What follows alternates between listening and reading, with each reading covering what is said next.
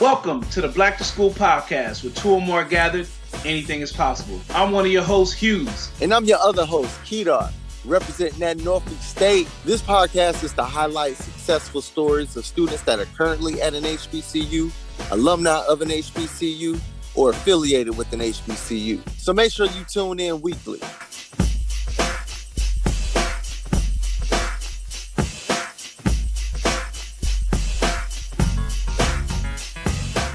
What's up, everybody? It's Kedar. Welcome to the Black to School podcast, where two or more are gathered. Anything is possible. When I say anything, I mean anything. As always, I'm your boy Kedar. And I'm your boy Hughes. Welcome back this week. We got a great show for you guys, but before that, we're going to talk a little bit. Hey, Kedar, how was your week, man? Man, week has been great. Have I talked about Shayla? Shayla, nah. So here's what's crazy. What's crazy is when I was young, high school, had a child, gave her up for adoption. And it was an open adoption. So I contacted the parents a couple of times. And last time I talked to them, it felt like, I don't know, I could have been just in my feelings. I felt like they said when she's ready, she's going to reach out to you. Okay. So I let her go. I hadn't reached out since then. Bruh, about 3 weeks ago, she found me. Wow. So Bruh. How many years has it been? 24. She's 24. Wow. She says she's been thinking about me her whole life. And I've been thinking about her my whole life. Wow. She said she's been stalking me for the last couple of years. And I wish I could have stalked her. Like, that's how much it's crazy. So we actually told our other kids, we have 5 other kids. Yeah. We told the other kids, and we thought, so we wanted to tell them because, as people, we identify ourselves and put ourselves in categories. Mm-hmm. The 2 oldest kids are twins. They're 9. And for their whole life, they have been the oldest of children. Not anymore. So now to know that there's somebody else that's older than them, we wanted to give them that space that they can express how they feel. And they was like, well, we got an older sibling? Oh man, I ain't never had like an older sibling. What she look like? Where she at? Call her. Hey, man, look, off the pictures, she looks just like you, man. No, bro. I'm talking about all of this. She looks just like you. I was like, wow. Teeth, we got the same chin. Like, it's crazy. So yeah, man, that's what's been going on. We're excited. We're going to Hawaii this summer. Okay. Yeah, she's going to come with us to LA and then come to Atlanta for the rest of the summer. So we're excited. Oh man. Yeah. Man, that's beautiful, man. So does she live in Hawaii now? Nah, bro. She live in Canada. She got adopted by folks up in Canada. Okay. Cause I know. We've always known for her to live in Canada. I just didn't know if she resided somewhere else. So basically, Hawaii is just going to be like a family vacation. Yeah. So my wife is going to a conference. We always try to find these conferences, these doctor conferences, because they help pay for. So this year in Hawaii. So that's going to be the family trip this summer. So Wow. Man, that's amazing, man. Look, I don't even know how to follow that up, man. That's a great story, man. My story. I mean, she wants to, she said, because I said to her, I said, I knew you will always reach out. Like, I knew it. Like, it's just something about our blood where I knew she would reach out. But I thought she was going to reach out in her 30s where she's family, she's established. And when I told her that, she was like, no, when I think about those life moments, like, I want you with me. I was like, oh my gosh, girl, I'm already crying. Hey, how How was that first conversation though, man? Like, because I know it was through Zoom, right? Yeah, FaceTime, and we just for the first 30 seconds, we just looked at each other. Like, bro, we just looked at each other, and I was like, "Hi." Hi. Wow. Like, wow, this is crazy. Oh man. I know. So it's been great, bro. It's been great. That's awesome, man. Like that's an amazing story. And I'll add this. Mm-hmm. To have an amazing wife. Yeah. Receives her. Yeah. And that's important. And welcomes her. That's important. By far the best addition to this story. Yeah. Yeah. Because it could be, I mean, yeah, it ain't finna be that over here. Yeah. Yeah. I mean, you're right though. It could be all right. So yeah, man.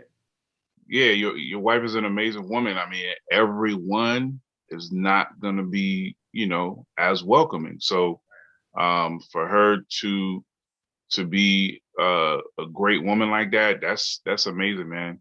That's amazing. Yeah.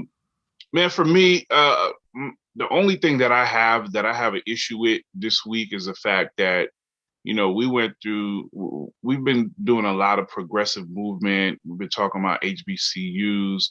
A lot of it has been in the media, and then, we get through the whole weekend and not one HBCU player gets drafted into the NFL this weekend. And I'm like, dang, that's kind of, I know you can't, you gotta at least find one. Right. So for me, in all 13 rounds? In all 13, whatever rounds, not one. Last year, there was only one. So it kind of gets to me as, what more do we have to do, to be recognized? I know there's little steps being done here and there, but I know there's talent out there. So here's the thing.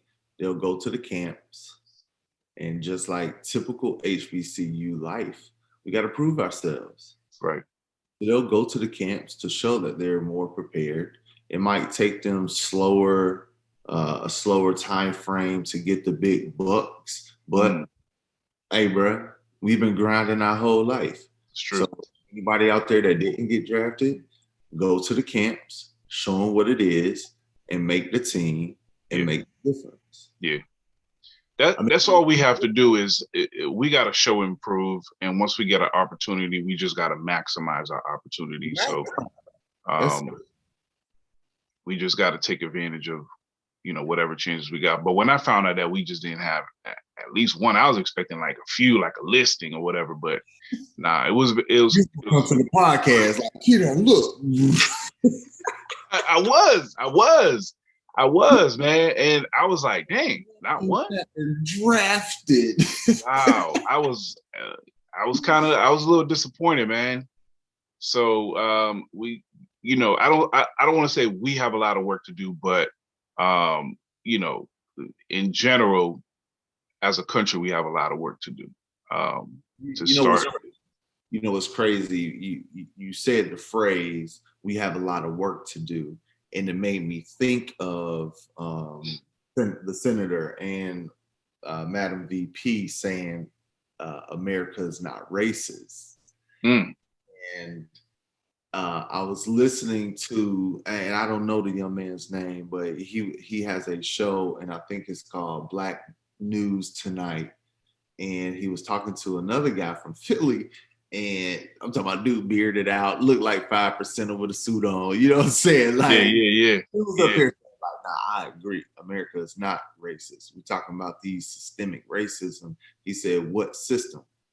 And then the host is giving like clear examples, like school, this, that. And is it because they're Black? He was like, bro, why are you fighting this?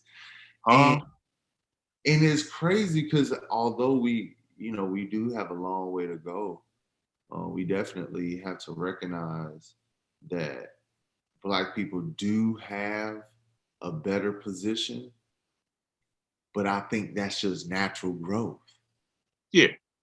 Doesn't make it less racist. That's just natural growth. Yeah. We actually recognize, if we even say, let's say you don't believe America is racist. Let's say you don't even believe it. If you say it, even if you say it, it forces everybody to do a checklist of why we think that. We're lazy. But to carelessly say America is not lazy, which would have allowed us a process to at least check in to why someone of this caliber would make this statement, very irresponsible in my opinion. Man, look, I don't know if I'm ready to say America is racist, but I don't know, man. We have to look at stats.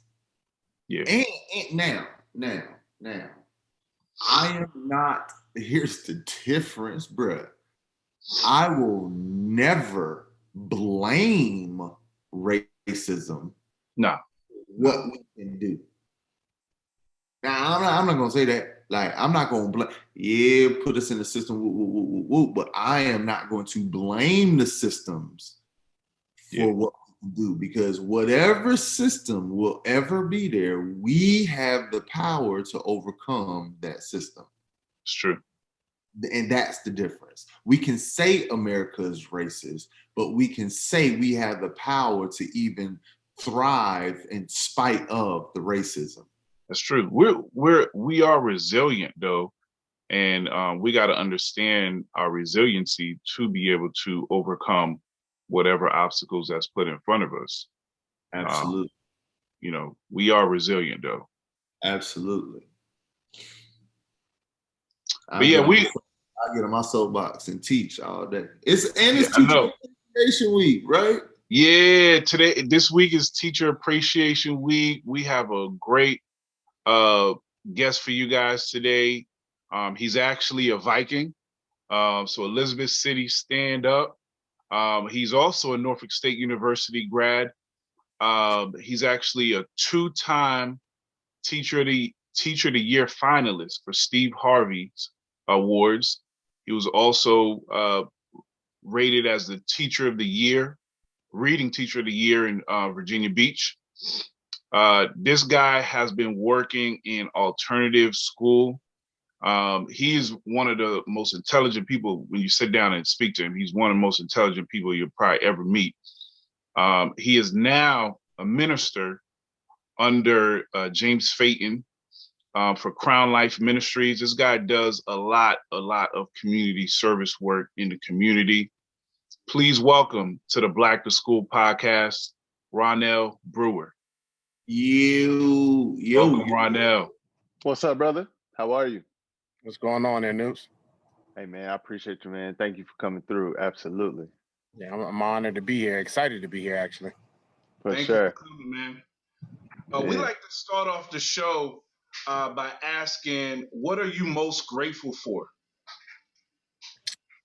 Yeah, at this point in life, given the pandemic and everything that's going on, I'm just grateful to wake up every morning. Grateful to have my family. So many people that we're losing. I wake up every morning, lost one of my mentors, guy from the neighborhood who used to look out for all of us when we were growing up. And, he was a little bit behind me. Like when I was playing rec league, if I was playing juniors, he was the midgets coach or whatever. Then when I started playing junior varsity, he was the juniors coach. When I started playing varsity, he was the, JV coach, whatever. Even when I went to college and came back, this guy literally would find his way to me to make sure that I was encouraged, And I'm just out here excited that God gives me another day so that I can go out here and make sure that I tell people I love them and give them their roses while they're still here, Definitely. Bro, that's big. That's definitely big, man. We started that. I watched this podcast. We listened to this podcast the trailblazer, Stephen A. And he always starts the podcast off with gratitude. And each time I listen to the podcast, I'm like, bro, that's like amazing. If we could just really stop for a second and think about what we're grateful for right now. Definitely. You know what I'm saying? So that really holds true to us. Man, Yeah. welcome to Black to School podcast. This podcast, we really want to talk about, we really want to reach those individuals that are considering HBCUs, those parents that have influence for their kids to go to college, and they may be considering the PWI and haven't thought about the HBCU, as well as those people that are currently at a HBCU, just giving them, just allowing them to know that there are people out there that graduated from their school that they can reach out to, as well as alumni who may not even know about these people that graduated from these schools, that they can have that pride and say, you know, I didn't even know this person went to my school, and now they're extra happy. And hopefully that allows them or encourages them to gain a little bit more school pride with their participation through alumni associations, as well as their dollars of giving back to their school or other HBCU affiliates, man. So thank you for coming on, brother. We really appreciate you. So let us know, what HBCU did you go to? Yeah, what are you repping? You know, the funny thing is today, I'm repping this ECSU right here. Okay. City, That's right. I went to Elizabeth City for undergrad, but I did my graduate work at Norfolk State. So I had the blessing of being able to go to two HBCUs and experience, you know, the difference in what was going on. And you know, with what you guys are trying to push towards, there's no better cultural experience for our young Black men and women than to actually get around some of those who are like-minded to push themselves towards that era of where we're going. Because I know that I grew up in Hampton. You know, I went to high school in Hampton, Virginia, and I was on a national football team where we were like nationally ranked.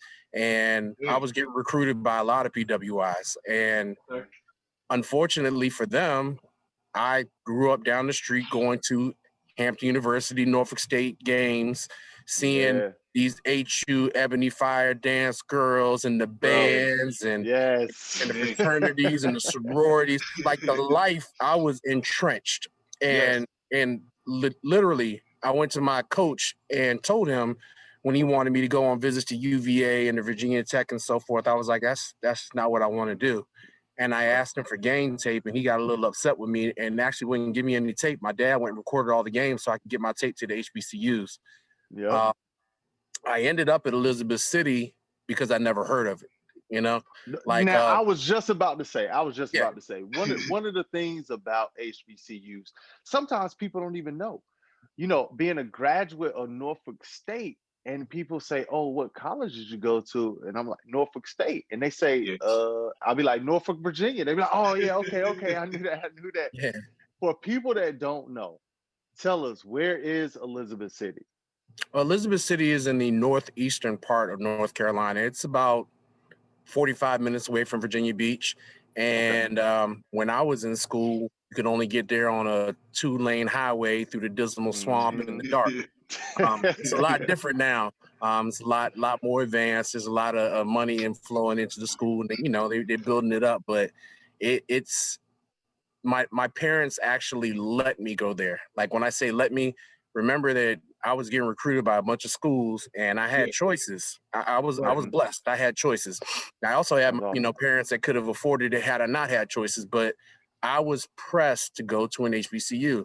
My dad would not let me go to Hampton because he was like, you'll come home every day and you're not going to grow up. You're not about to do your laundry here every day. He was not letting me go to Norfolk State because my sister went to Norfolk State. And, you know, although she was a dean student, you know, she was back in the 80s when things was a little wild, you know. My parents thought I was very, you know, easily influenced at that time. And they were right. I went on a visit to Howard, and it was in the middle of downtown D.C. Mom was not having it, you know. We got down to Elizabeth City, and it was super country. It was nothing going on. We went to a visit. It was nobody on campus, this, that, and the other. And the guy who was the advisor, he was the alpha, matter of fact, his name was Tony Price. he came and he did 3 separate tours. He took my dad basically on the tour and sold the idea to my dad that it was far enough away for me to grow up, but close enough for him to come snatch me up if he needed to. Yes, sir. My mom on the fact that it was a small city and that it was small classrooms, so I get a lot of individual attention. And then he took me on campus and introduced me to the girls at the Y, the girls who were working in the sports camp, the girls who were working in basketball, everybody, and then showed me pictures of everything. And then I introduced the last girl. I was sold. I was there. It was it. I said, it's everything I need. Black college experience, and my parents okay with it. I'm good. Right. So now, Ronel, you finally decide to go to Elizabeth City State. Now, one of their mottos is to live, is to learn. What was your experience, and what were you able to learn while you were there? You know, again, I was very easily influenceable at that time. You know, I was a young kid who, although I was blessed to have both parents, and they made moderate wages. I gravitated to whatever was exciting. You know, I didn't live in the hood, but I was always in the hood, if that made any sense.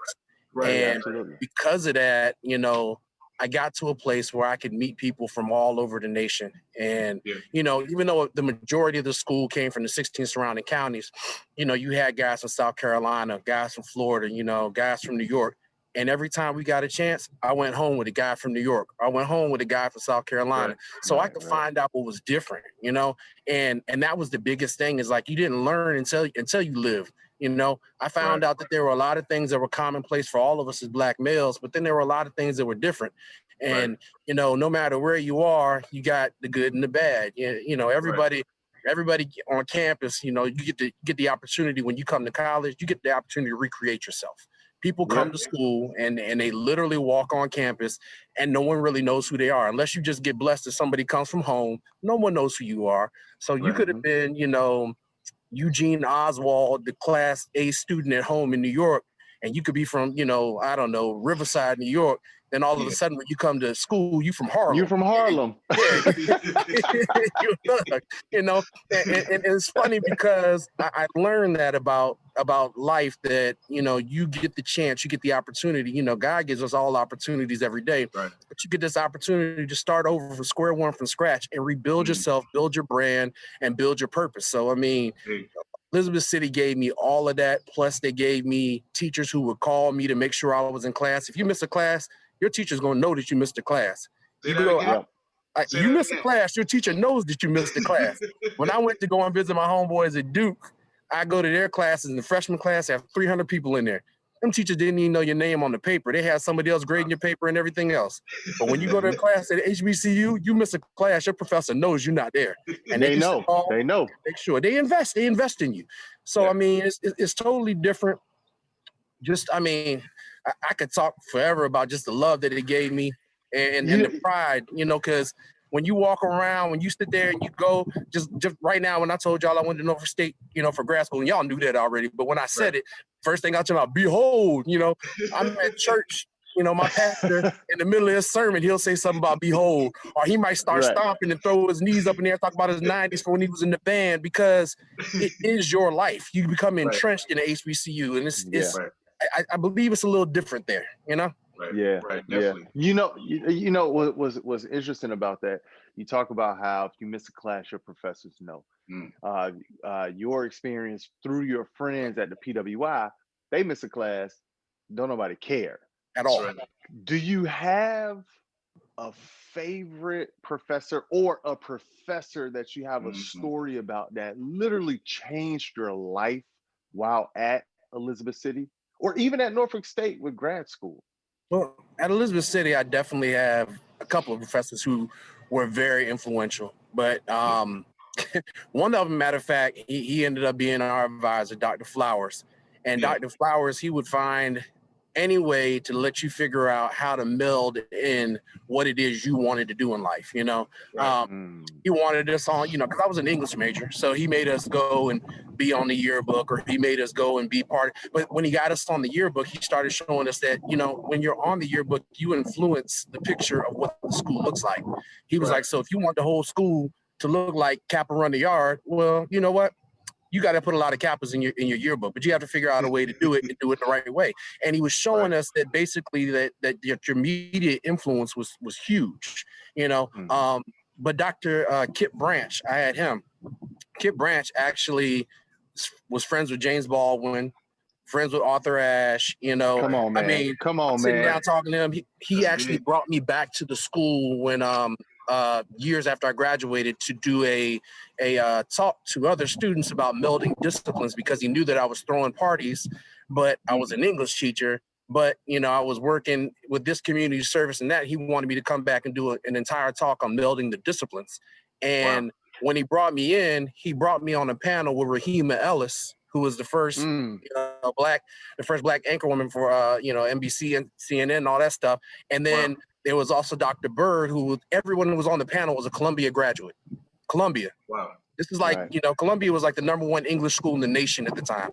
And I'm sitting up there with all these people. And then Dr. Bird blows everyone's mind because he works at Hampton University. And he says, although, you know, Columbia is the #1 school in the nation for English, guess who's #2?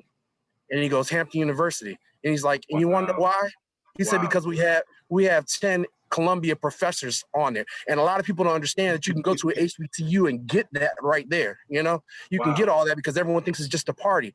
But like, you know, just the idea that there was an opportunity for me from wherever you are, that was amazing, because he explained the networks and the politics, but he also explained that a lot of it had to do with your drive as well, and noticing when you get those opportunities. So I mean, those were some amazing men that were in my life, and you know, they made sure. Like I graduated in 1999. I talked to Dr. Branch last week.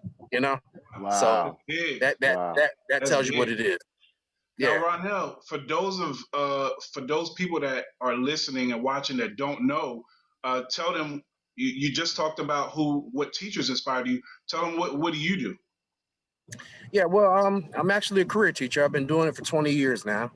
This is 21, and shout out to education. That's right. That's right.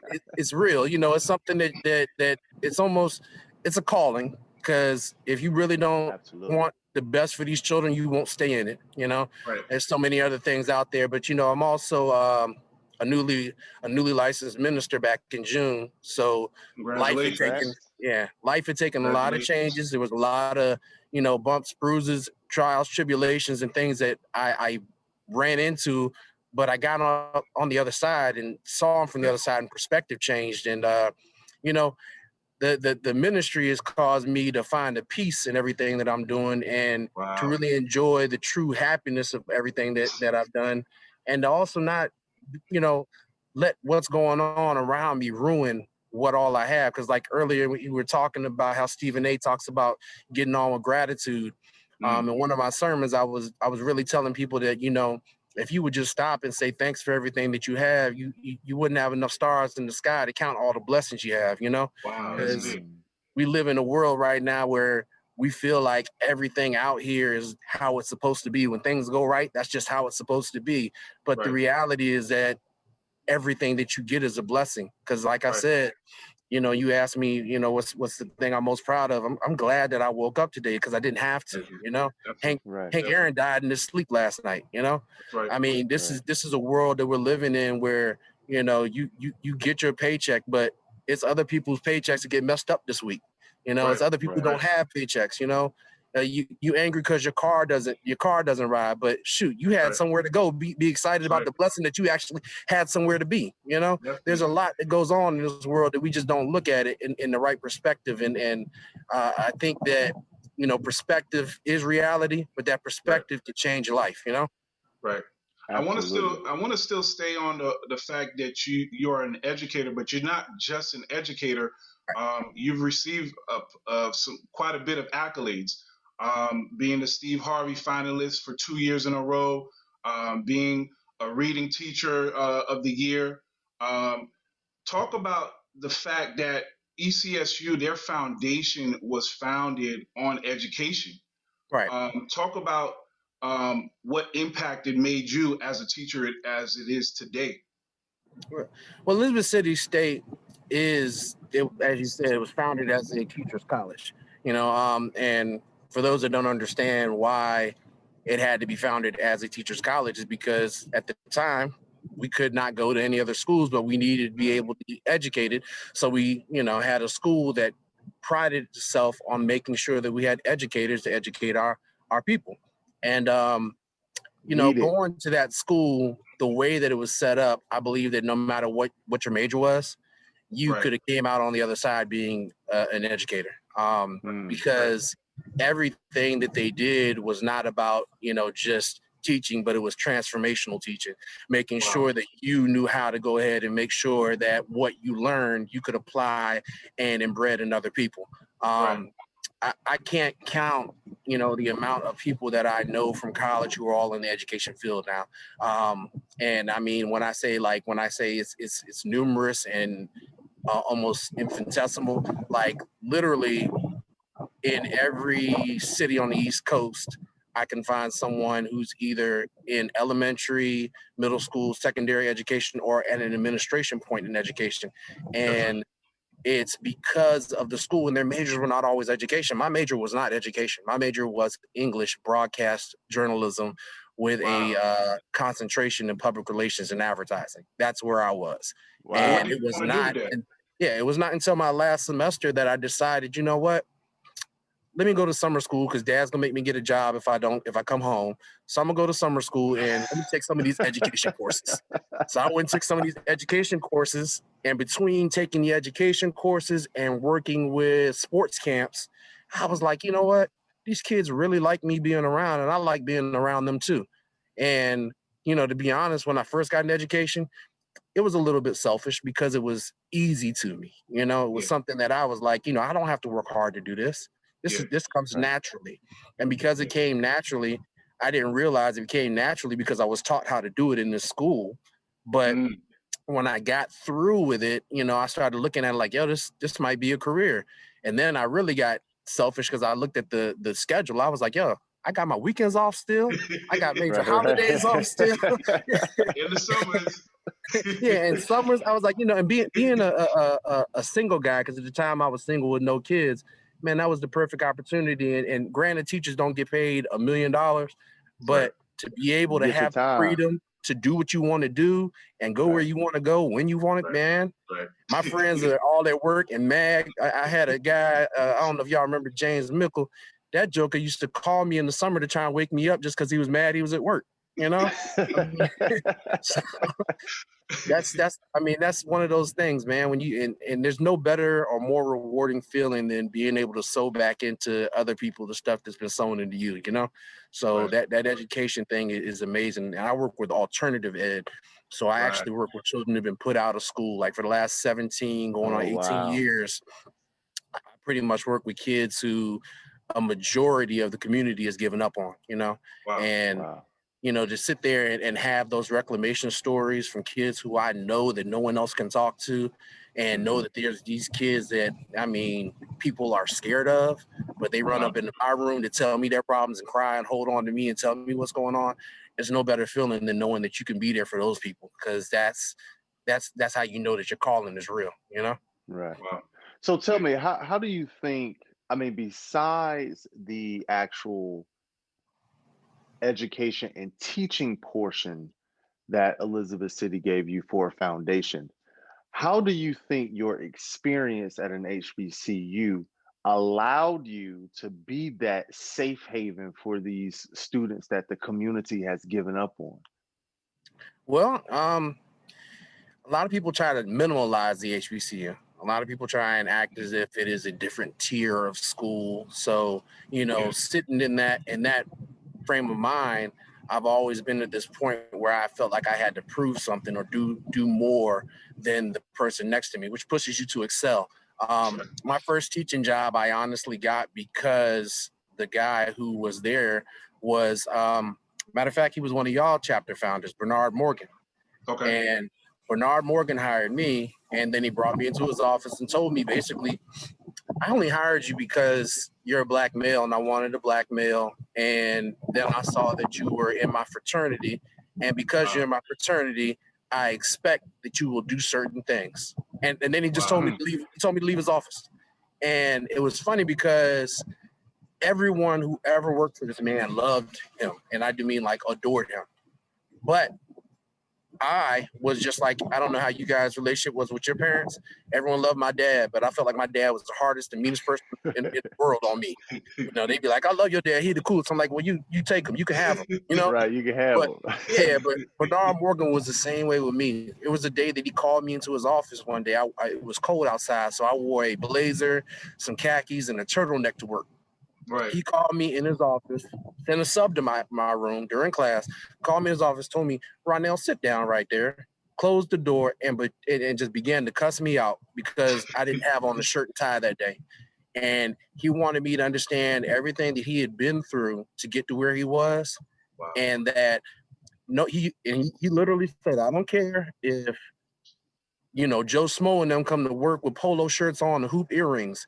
You're going to come to work in a shirt and tie every day. And he sent me home to go change my clothes.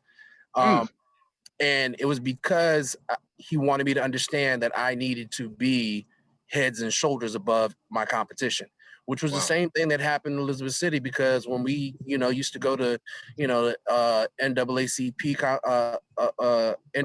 rallies, or if we went to anything that was between us and other schools, debates, we were already, you know, looked at as a low tier when we walked in the room. So we had to bust our butts to make sure that they understood that we were for real when we walked in the room. Right. And, you know, as we both, all of us know, you know, there's a cultural experience going to HBCU, but if you don't pay attention, that cultural experience can swallow you.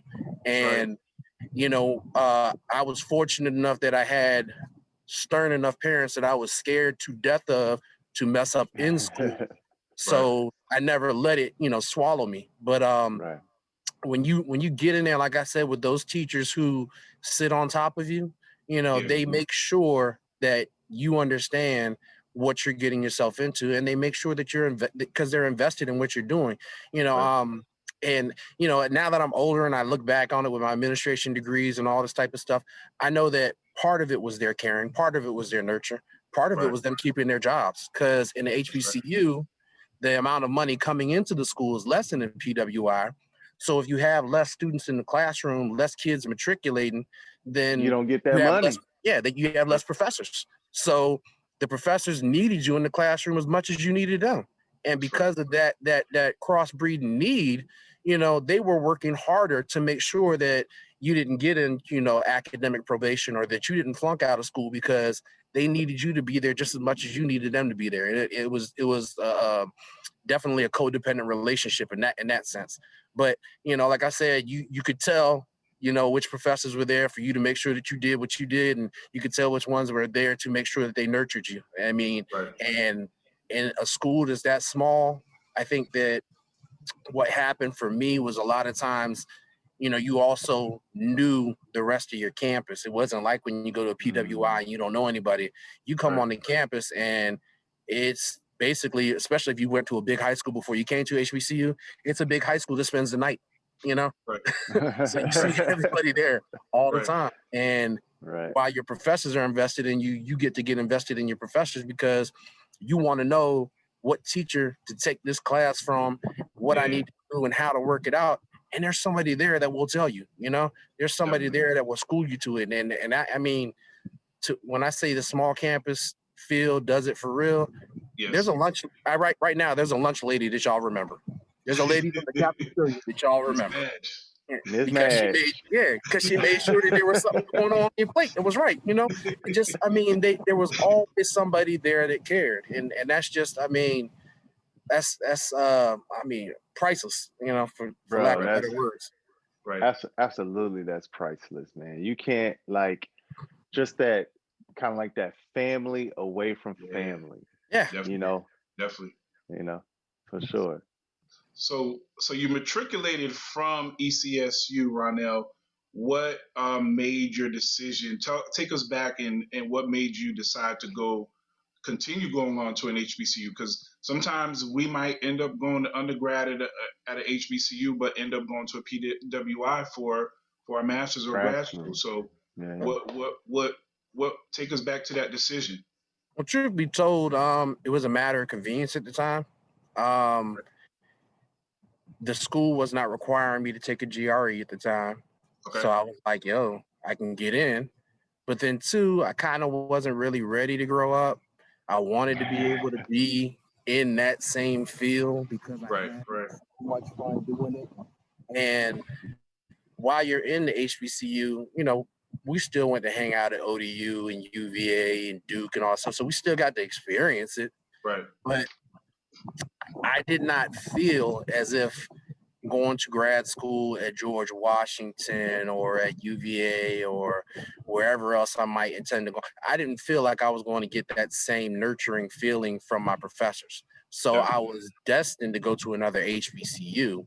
And then, you know, like I said, it kind of was a matter of convenience, but it also ended up being one of those things where when I was coming into undergrad, my parents made the choice, but now I got to make my own choice, you know, and, you know, I was grown now. So since I'm grown, I'm gonna go wherever I feel like going. And, you know, Right.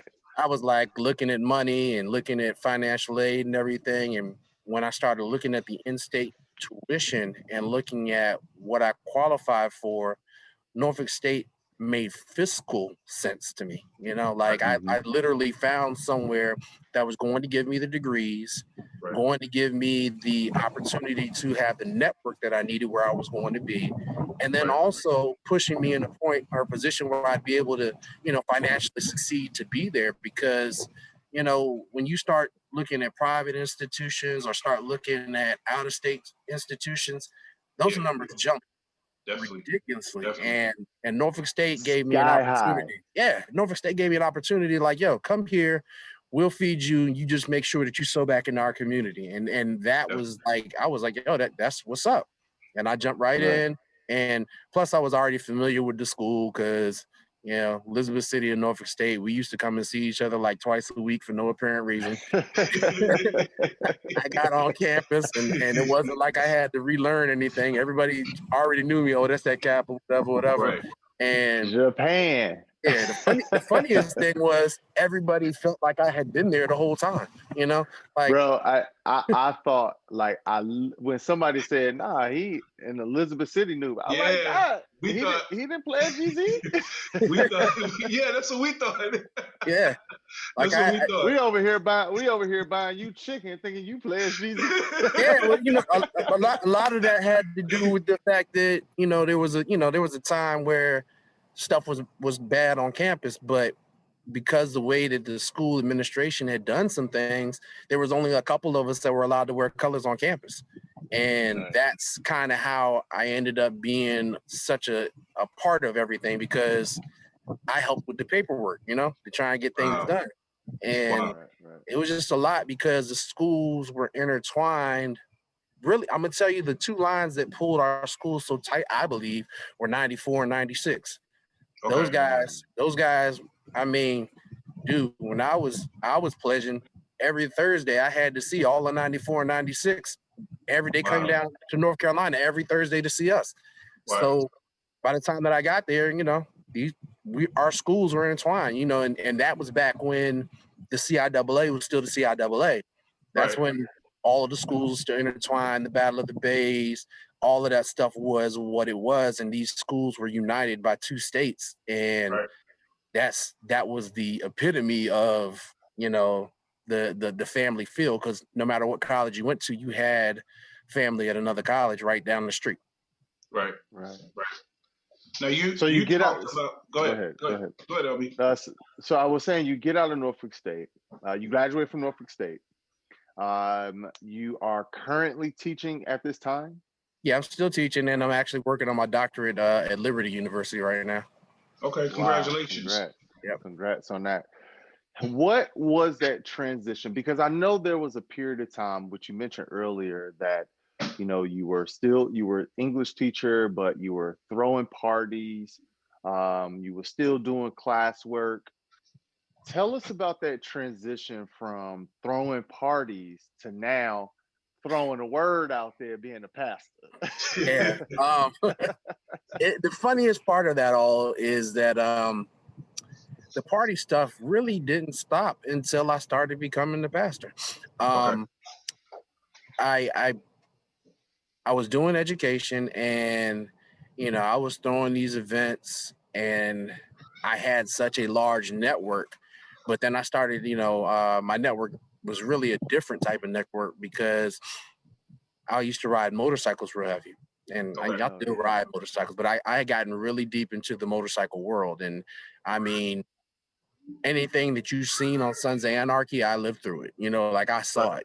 I'm blessed to be here, literally counting my days. Like when I say I'm blessed to wake up, I'm blessed to wake up, and I'm blessed to have actually been able to go to sleep in my own bed. Like the stuff that I saw was really something that was made for TV. And I was out there, and my crowd, my following was that MC community, because they are a different fraternity of people in the sense you would go into a club and never see anybody that would come to my events because they only went to MC events. So I kind of became like this little off type promoter where when I went to the club, all the promoters knew who I was because they wanted me to do something with them so they could get part of my following that they never could touch, that type of stuff. And it was kind of crazy, but the craziest part was being a teacher.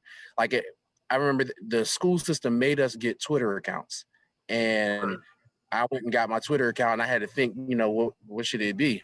So I called myself Mr. B, the oxymoron, because I was an educator by day and this party promoter, bodyguard, security guy at night. It was bananas. Like my students, their parents would be out and I would see their parents at events, stuff like that, And the craziest part was, I think that, I had done security with Trey Songz and Chris Brown and Bow Wow and stuff like that. And I would have pictures of them, and, the kids always ask about something, and then I would talk about, well, this time when I was there, like, you lying. So I had to pick a picture up. And when I bring the picture up, it became like, that was like them giving me the OG blessing all of a sudden, like all of them wanted to be up under me because I knew everybody famous. But eventually what ended up happening, I met my wife. Okay. And won't they do it? Won't the wife do it? That's what happened. I met my wife, and like God said, when you find a wife, you find a good thing. And I promise you that it was a turning point in my life, and not because she tried to change me, not at all. Like she did not try and change me, and had she tried to change me, we would not be together because I was so stubborn and set in my ways when we met.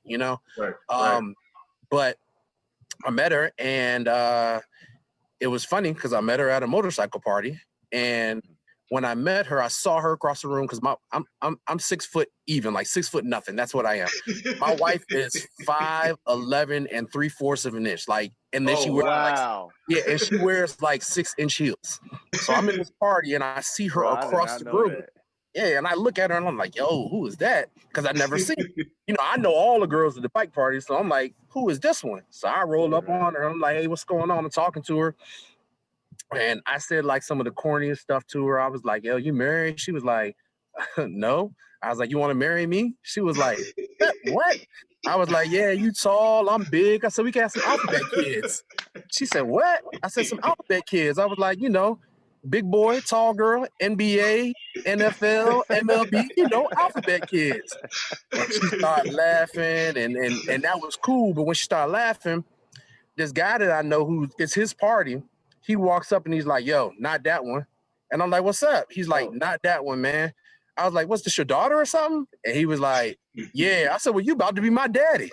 And I was joking because, I was really just spitting game at the girl. But eventually she ended up being my wife. And when I say that God will find ways to let you know what's going on in life, it was really crazy because we got married, and when we got married, I'm a teacher, so I went out to go and buy her ring. This is what I did because I'm one of those guys. Like I didn't want to get the wrong ring, so I take her out on a motorcycle. We just out kicking it one day, and I take her to Jared, and I'm like, you know what? If we were to ever get married, what ring would you want?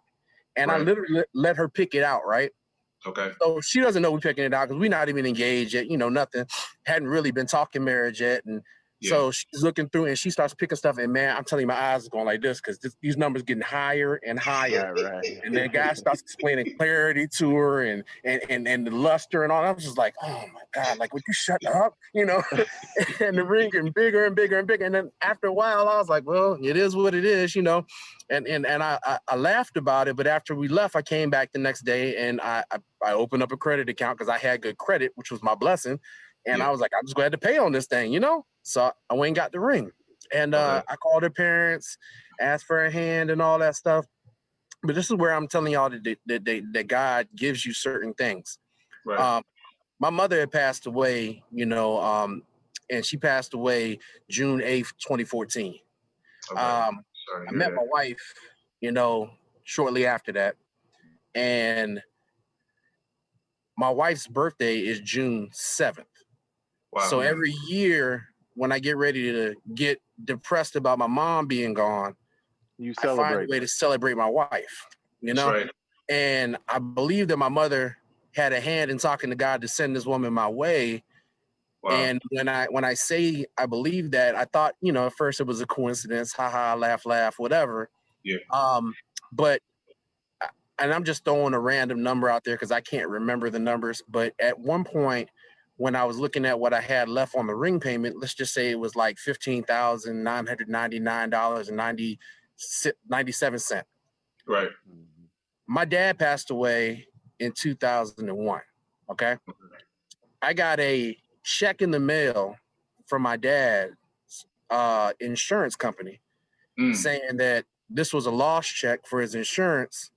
And when I looked at the amount, it was $15,999.99. Wow. So he gave me the money to pay off her ring and his 2 cents. Because my dad used to always say, I'm not really going to give you my 2 cents about who you're dealing with because you're the only one got to snore in her face at night. So, you know, but he left me his 2 cents and the money to pay off her ring, you know? Wow. That's a blessing. And at that point, I was like, yo, this is more than, you know, I thought I was in love, but I didn't understand what all it meant to be eternal. You know, when we get married, a lot of times, or when we get in relationships, we get into relationships for the, you know, convenience or the for now or whatever it is. You know, that's why a lot of relationships fail a lot, because people don't understand that there's going to be those emotional roller coasters, those extreme highs, extreme lows, and so forth. But when I got into this, you know, this was a forever thing. And when I realized it was forever thing, you know, a lot of things changed. But I'm going to tell you, like, you know, to answer the question of how I got from the party promoter to the minister, party promoter to the pulpit, we had children. You know, when I was with my wife, you know, I married her, she had a child who's now my, you know, that's my oldest. And then we had more children. And being a party promoter, a lot of the times you out there drinking with your people, whatever. And I would come home, you know, 10:30, 11, 2 o'clock, 3 o'clock in the morning, whatever. Didn't matter what time I walked in the door. My son would find a way to come see daddy. And it kind of felt crazy that you would come in, liquor on your breath, feeling like you might be woozy or might be drunk. And you're like that, you know? So that and the change, because I'm living a life not for me anymore, but for them. And once it got to that point where, you know, that you are that role model, that was the beginning of the change for me. And my wife saw that change in me. It was kind of, you know, her friends that, you know, I got lucky because a lot of people get with a woman and their friends don't like their boyfriend or their husband or whatever. Her friends like me. So it was really crazy. That's a real good thing, bro. Yeah. One day I'm sitting there and she's like, here, her best friend wanted to talk to me. I'm like, what does she want to talk to me for? And she goes, look, Ronel, I know that you know, you're very educated and very well spoken. She said, just like that. I said, okay. She's like, and we don't really go to church as much as we should, but you know, me and my husband, we're getting married, and we wanted to ask if you'll officiate our wedding. And I looked at her like, what? You know, officiate your wedding.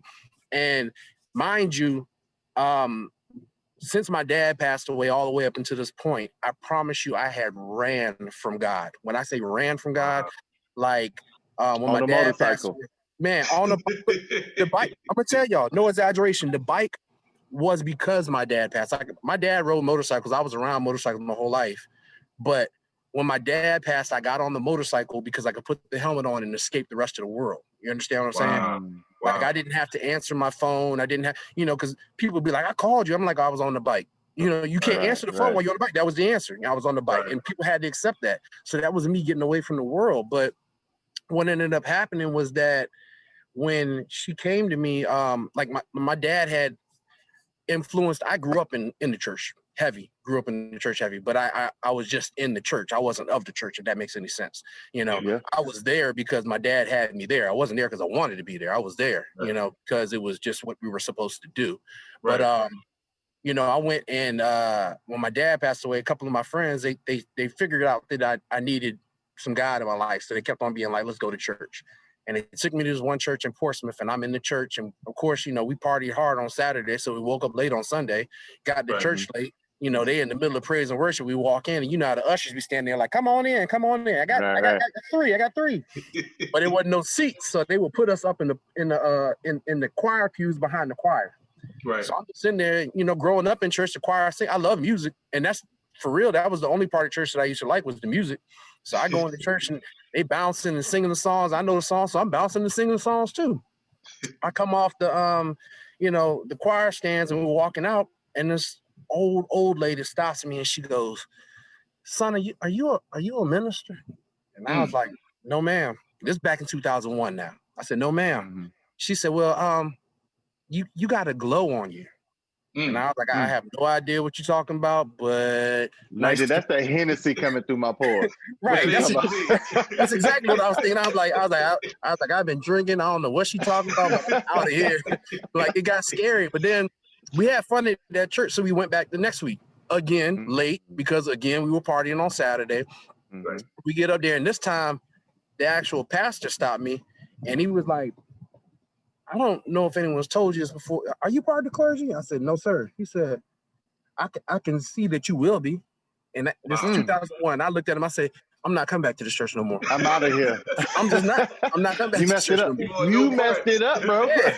So I promise you, I started running even harder, and I was out of there, So out that thing, and I'm like, yo, this is crazy. And like I told you guys, I was doing these biker things, and I used to do these national conventions where I'd have like between 5,000 to 7,000 bikers at this convention, and I would host a party, but I would be hosting these forums. And I remember I was hosting this one forum, and I was just talking about people and what they needed to do in order to get their organizations right. Then I started talking about leadership and how things work. Lady walks up to me in the thing, and she goes, "You know what? You're going to be a minister one day." And I'm like, yo, these people got to quit this mess, Like, she's like, "I promise you, man." I said, "You just watched me host this party last night where I was cussing and talking about everybody. And you saw me throwing the bottles back and everything else. Goodness well, I ain't going to be no minister." She said, "Unbeknownst to you, those are the people that people need to hear. That's the people God wants." She was like, "Those people who are holier than thou, who's always trying to tell everyone who they are, that's no one who anyone wants to listen to. People can't tell you how to get your life right if they've never been there." That's right. And I looked at her and I was like, "Yeah, all right, whatever. Now I'm about to go get me another drink, and I just rolled out." Right. And years later, when I actually had made this commitment, what ended up happening, flashback to her best friend, my wife's best friend says, "I need you to officiate this wedding." And I'm looking like, well, I got to figure out how to go and do that, but I'll do it, because I didn't want to tell them no. It's my wife's best friend. I knew it was going to be bad news in the house, happy wife, happy life. Right. If I tell my wife's best friend, I'm not going to do it. So I went to go and figure it out. And in the state of Virginia, I went and got ordained. I went and got an online ordainment. Online ordained. But the state of Virginia doesn't recognize that. So I was like, So I went to go and figure out how to go do it. In the state of Virginia, you have to go and file what's called a civil officiant. You got to pay this bond of like $500, and you can marry the people off. They do a background check on you and everything just to say that you're a good, credible person, whatever, and you can marry them. But if they don't get married, then you don't get your bond back, whatever, Right. So I went and paid the bond for them to go ahead and do it. And I was like, look here. If y'all don't get married, y'all owe me $500. I'm telling y'all just like that. That money ain't, I'm a teacher. That's $500, And they laughed, but they would get married, whatever.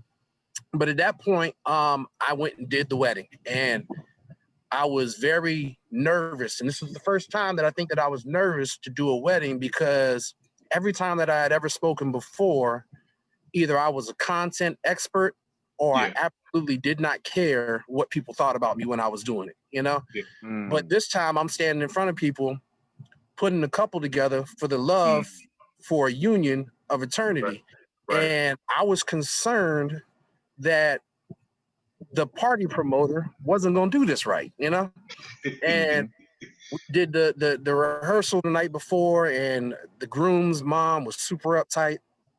The bride's mom was super like bridezilla, you know, and that made it even worse. Right. But when I ended up doing it, I did an original piece because I'm a writer, and I did an original script for them because they didn't want to do anything traditional.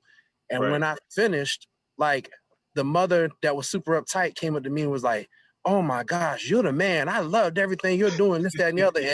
And the mom wanted to go and get the recordings to make all kinds of stuff, you know, bride's mom. And at that point, I'm walking around and I'm just like, okay, this was cool. I enjoyed doing that, whatever. Right. This man who was, I want to say, he said he was 76 years old. Him and his wife come up to me and say, "Where's your church, sir?" I was like, I ain't got no church. You know, I'm not a minister. They said, "Oh, well, you need one because I will come to your church." And then the guy, I said, well, thank you for the compliment. I tried to walk away. The guy grabbed my arm, and for to be 76 years old, he was strong as I don't know what. He snatched me around. He said, "Look here, I am 76 years old." He said, "And I promise you, I can't count how many weddings I've been to." He said, "But I've never been to a wedding that made me feel the way that you made me feel. Just now, I'm listening to you talk to them, and I'm staring at my wife's eyes trying to get married all over again." He said, that's awesome. You got to understand that what you're doing is a gift. And I just looked at him and I was like, here we go with this crap again. And I ran off, you know. I was like, okay. Then one of the groomsmen walks up to me and he's like, "Yo, bro, I don't know if you do this, but I need some advice." I never met this guy. He's like, "I need some advice." He starts telling me his whole life story about his baby moms and how things went wrong. Like, and I'm looking at him like, what made him feel like I'm the guy to talk to?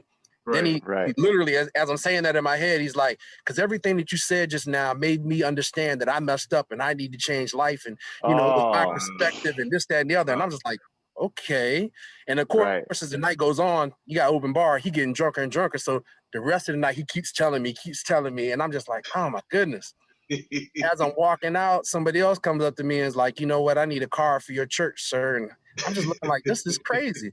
But I go to sleep and I wake up and I'm like, I really enjoyed that union part. I enjoyed putting that love together. And then I enjoyed because, you know, being a teacher, I've always enjoyed being able to help people. Right. But now looking at that ministry part, I was like, I can still help people. And I started looking at it and I was like, you know what? I'm going to go and talk to the minister that I work with who married me. And so I go to talk to James Payton, and because he's the one that did my wedding, and I tell him. And when I tell you guys, I know this is a long story, but when I tell you guys that... Don't worry, we'll edit it. Don't worry, we'll edit it. When I tell you guys that the guy works really funny, I go to him and I'm like, you know, because he was the one that we talked about the online ordainment and all that stuff. I said, "Look here, man." I said, "I think I might really, really actually truly be interested in becoming, you know, a for real licensed minister." And he was like, "For real?" And I was like, "Yeah." And he started crying, like tears were coming out of his eyes. Wow. And I'm looking like, "What's up, Newt?" Because he's Catholic as well, you know. I said, "What's up, Newt?" He's like, "I promise you, I just prayed to God last night that somebody would come to me that I could teach how to be a minister and that I could bring them into my church and under my wing. And then you came to me this morning with this." Wow. And I was like, when I say all of this turning around, like, I no longer believe in coincidence. Like, I no longer believe in coincidence because these stories are way too much for me to believe that they were a coincidence because they lined up entirely too well, you know? Right. And, you know, quiet as kept when I got up at that convention, that biker convention, I announced it would be my last year doing the convention. And like I said, it travels every year, it's thousands of people, and they're all like, "What do you mean to be your last year?" And I'm like, look, I was like, this time next year, I'm gonna be at the pinnacle of my doctorate program. I'm not gonna have time for this. I said, but I'm also about to take this walk into ministry. And that lady, no exaggeration, jumped up from the crowd and said, I told you. And it just, I mean, but it's a blessing because, man, it's nothing better than to know that you're doing everything that you possibly do to do things right and do things for other people. And then knowing that your family and your children see you doing that, you know? Right. I think as young Black males, we always trying to do what's right. And we get a lot of, you know, backlash for what other people do. But when you know you're doing everything that you can and your child sees you doing everything you can, like I told you guys, my dad was very stern, and but I didn't really realize how dope my dad was until he was gone, you know. And I look back on everything that he put in me without even saying it to me, just by leading by example. That's the amazing thing that I definitely, you know, I'm trying to do for my children. I want to be like half the man my dad was, type stuff, you know. And that's where I am with everything that I do now, and ministry is exactly what it is. So, you know, it's a blessing that God gives us these opportunities so that we can continue to do everything that we can to utilize whatever it is. And whether people realize it or not, everything you do is a ministry because you're a walking testimony to everything you do. You know, your jobs that you guys have, whether it be on the screen acting or if it's in the counseling field, or whether it is, you know, where I am, or you could be the garbage man, or you could be the postman. You're still a living testament to people in what it is you do. So we're all ministers, whether we want to be or not, you know? You know, what's interesting, you know, you tell that story about how you took care of people, right? So you take care of these kids that don't nobody want. You take care of these couples. The dude came up to you, you took care of him at the wedding. It reminds me of the story you was telling in the beginning of this podcast, when you went to school, people took care of you. Yes. You know what I'm saying? Like Yeah, it's that circle. that evolution. It's that full circle evolution, man. This has been amazing. This I love. I didn't know your story, bro. I didn't know your story, so I'm glad I was able to hear it. Yeah, this is amazing. I mean, we want to know, like, because we've reached a part where we want you to tell everyone, you know, for those people who might be mulling over the idea as far as like whether they should go to an HBC or not, or, you know, with all your accomplishments, what would you tell those people as far as who's considering other schools? What would you tell them? Well, I mean, honestly, I think truly, you know, when you look at it, I look at things and no matter how far removed I ever get from this, because you two guys know from experience, I used to be heavy into pledging people, you know, and to making sure that we made sure that whoever came into our organization was fit to be a part of our organization, you know, and the idea was, you know, the true idea and what you were supposed to have done when we were actually doing it according to what we were supposed to have done, if we ever did it right, was you break down people and you take out the bad stuff, leave the stuff that's good and build them back up. The truth about people is everybody's different. So when you look at it like that, some people don't need as many things put into them to build them up. Some people don't need as many things taken away. When you choose a college, I feel like it's the same thing, you know? For me, at HBCU was exactly what I needed, because I would have got lost in the sauce had I went to one of those big colleges. Playing football, I still might have, you know, if I had excelled on the field, then there would have been somebody on my back, you know, making sure that I was good. But if you don't excel on the field, you just become a number. And when you become a number, you know, you get lost in the sauce. So that, I believe, really has to be a big factor in how you decide which school you choose to go to. You know, you have to look at your personal abilities and what it is you're able to maintain. As well as when you go, you know, you have to look at what it is that you want out of school. I truly believe that going to a HBCU gave me a culture, you know, a cultural reality of some things that I would have never seen, because one of the things that I'm actually working on in my doctorate right now is trying to bring more African-American males into education, because I believe that empathic teaching, one, is a portion of what's going on, but I also believe that we need to start to mirror the diversity that goes on in our schools, because it's needed. Unfortunately, for a lot of our students, we get into these rooms where we're learning stuff from people who can't teach us how to maintain who we are because they don't know who we are. So going to an HBCU lets you get with a lot of people, around a lot of people who have lived the life that you're living and have found a way to come out on the other end of it. You know, when we look at what's going on, I think that another story, there was a time where I was teaching, and I had a visit from the superintendent of schools, actually came into my classroom. Yeah. And I had a student who was in my class who was fresh out of juvenile detention center. Right.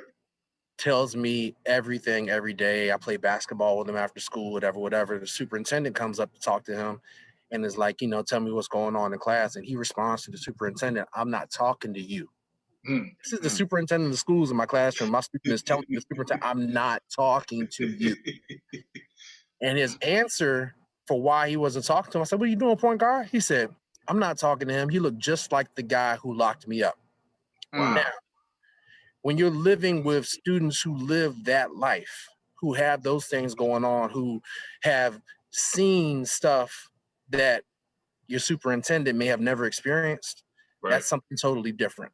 But when you have teachers who can actually bridge that gap because they understand, like one of the things that I tell them all the time is that you have to figure out your person, time, and place, who you're dealing with, what you're dealing with, who's around when you're dealing a certain way, because you can keep yourself out of trouble in those instances.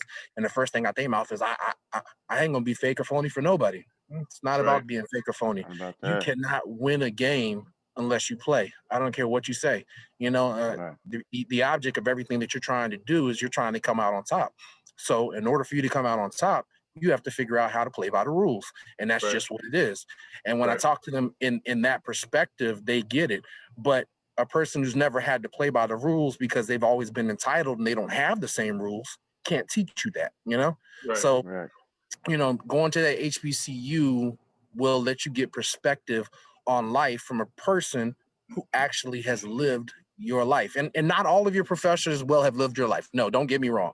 But there'll be somebody there that will have. And if it's not, you had a professor that was cool with James Baldwin and Arthur Ashe. Come on, bro. It don't get any more realer than that. That's big. Right. And that's what it is that when you go to an HBCU, you will, and I hate to say it like this, it's not that it's just for Black kids, because those minority scholarships, I know so many white people who came to HBCUs and they rep the school harder than some of my brothers that I know, because the experiences that they had were so culturally eye-opening for them, that they are some of our biggest, we out in this world talking about allies. They're some of our biggest allies out here because they understand what it is, because they actually got to experience that true lifestyle, that true culture. And if you don't get to really know who we are. Yeah, if you don't attend that, you'll never know. A lot of times people, they want to just say it's the parties, it's the, the cookouts and the barbecues or whatever. But there's so much more to it. And that's just the biggest thing. Like I said, if we can get more of them in there, more of everybody into the HBCUs and funnel back into the HBCUs, then I think the world will be a better place, because that is, the precipice of diversity in its essence, because the reality is that we live in a world where we are, numerically the minority. And because we're numerically the minority, these people, unless you go to HBCUs or put yourself and submerge yourself in the culture, you never experience the culture unless you just, accept what you see on television. I get so frustrated talking to people now because, I live in the 757, we're here. This is the biggest metropolis land-wise in the nation. Most millionaires per square foot in Virginia Beach. But people think that because you're in Virginia and you're in this part of Virginia, that Virginia is diverse. No, this part, a little bit of Northern Virginia towards DC and your Richmond area, everywhere else is white. The rest of the state is white. your Iowas, when people talk about Illinois, it's all white except for Chicago.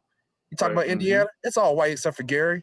You know, we are numerically. You talk about Georgia, it's all white except for Atlanta. Yeah, basically, and that's the reality of where we are. We're sitting there and we're looking, but that's the reality of where we are, is that we are, numerically the minority, but our culture is the majority. So you sit there and you look on TV, everything is influenced by our culture, but nobody actually knows our culture because they never experience it. And without HBCUs, the actual education of the culture could cease to exist. So we need these out here. We need everyone to experience them. And when I say everyone, not just our Black children, not just our brown children, but everyone, because that is the funnel or the pipe in order for you to understand what's really going on out here. Right. Man, that's awesome, brother. This has been a great experience talking to you, man. So for those that would like to hear you speak, tell everyone follow how you. On Instagram, I'm Minister B757. It's pretty simple. Minister B757. On Facebook, Ronel Brewer. I'm actually preaching tomorrow. Facebook Live. It'll be on James Faton's page, DJ Life. That's Life with a Y, Lyfe. I'll probably go ahead and just, put it on my page as well if people are following me. But generally, I take this stuff and I put it on YouTube later. Because actually, I have a lot of older family they don't have Facebooks, so they can't actually view it. So I put it on YouTube for them. But generally, it's funny because, again, like I told you guys, that I don't believe in coincidences anymore. I was scrolling through my timeline the other day. I saw two different people that, they got they'd been engaged, but now they're talking about having a wedding. I was like, oh, I wonder who's going to marry them. And I didn't say anything to them. And later that day, just by saying it out loud, you can manifest things. Yes. I said it out loud, and then my inbox hit, do you do wedding? Those people said that. So, yes, I do. $500. Yeah, but that's what made me laugh, man. It's like, that's how it is when you are doing the things you're supposed to do. The good things come to you, and fortunately for us in our world, we don't believe it all the time because God gives you three answers, and the three answers are yes, no, and wait. And wait is the hardest one. Wait is the hardest one because we always feel like it's a no because we're not getting it when we want to. But we got to stop being like our kids and understand that patience is a virtue, and if you keep doing what you're supposed to do, no matter what, you're gonna get what you're supposed to get. Man. Minister Brewer, aka Ronel Brewer, aka Japan, aka Mr. ECSU, aka Mr. Beast, aka the Beast. We appreciate you, man. Man, we love you, brother. Guys. We appreciate you, man. Thank you, and thank you for your service and all that you do. Yes, definitely. Yeah, I was definitely honored when you guys asked me to be on, man. This is truly enjoyable, man. This is our pleasure, man. All right, thank you, brother. All right, thank you, man. All right, bye. Man, I like Ronel, man. I like him, man. And one of my favorites. At some point, when he was in his not minister days, and you were a young Kappa on the yard, you kind of didn't want to see him. No. When you was a young pup, you didn't want to see him. He wasn't so nice. Thank God he found God. Man, this leads us into our segment called Lesson of the Day, where Hughes and I we highlight a lesson that we have learned today from our talk with our guests. And if you have a lesson of the day, email us black2schoolpodcast@gmail.com or hit us up on Facebook, Instagram @black2schoolpodcast, all one word. Hit us up. Let us know what your lesson of the day is. Hughes, what was yours? So for me, it was the fact that Elizabeth City State University was founded on teaching principles. So for this young man, and you know, education, if you really think about it, education is a field that is dominated by women. It is a field where we need a male presence for these Black males, even for these black young females, these Black queens. So we need people like him. This guy is very progressive. The fact that he was able to say that a lot of the things that was instilled in him, he got while he was at Elizabeth City State University. And the fact that he had the opportunity to go to any other colleges. He had a plethora of, he wasn't only an athlete, but he also had opportunities for academic to go anywhere. So the fact that he chose to go to an HBCU and then said, hey, I'm going to do it twice, and went and got his master's from Norfolk State University. A lot of times, and I asked him during the interview, a lot of times, you know, we might go to undergrad for HBCU, but a lot of times then we kind of spread out and go somewhere else. So for him, he was able to just stick with it. But the fact that this guy has taken what he's learned from Elizabeth City State University and then taking it on, even on the national level now, to the point where he's been not one but two times a finalist for Teacher of the Year, and that's a big accomplishment. So for me, that was what I got from the lesson of the day today. What were your takeaways, man? So in life, you can recognize that you hear, and do two things with it. Either you do something with it or you ignore it. And a lot of times in life, we are not at the place in life where we think we should be. You know what I'm saying? Like, you have an internal peace within you when you have arrived at a part of life in which you say, you know what? All right, I'm supposed to be here. A lot of times we don't reach that pinnacle or reach that level to be stretched to the next level because we hear what we're supposed to do, yet we don't do it. Wow. So the fact that he heard, hey, I'm supposed to go talk to this young lady and I'm going to follow through, and now she's my wife. The fact that he heard, hey, I'm supposed to be preaching the word and I'm going to hide as much as I can, but now I'm going to go through it.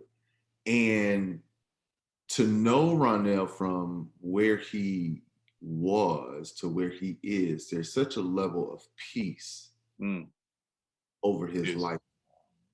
You could tell. You could tell. And there's such a level of elevation that's over his life now. Yeah. And that's for everyone. Like when you know, see, I'm nobody's preacher. Let me tell you this. At all, but we tell kids that they can be whatever they want to be when they grow up for a reason. Yeah. It's because when you were made, God put everything in you that you already needed, including the answers. It's true. You don't have to go to God for the answer. God already put the answer in you. Now you have God to listen and be open to receive and reveal that answer. Yeah. But it's already in you. It's true. And just to see Ronel at that space. Yeah. It's beautiful. Yeah. Yeah. All right, man. That was about that. I'll tell you, I got deep today. Huh? Yeah, man. Look. But look, I think we needed to. For this one, we needed to. Yeah.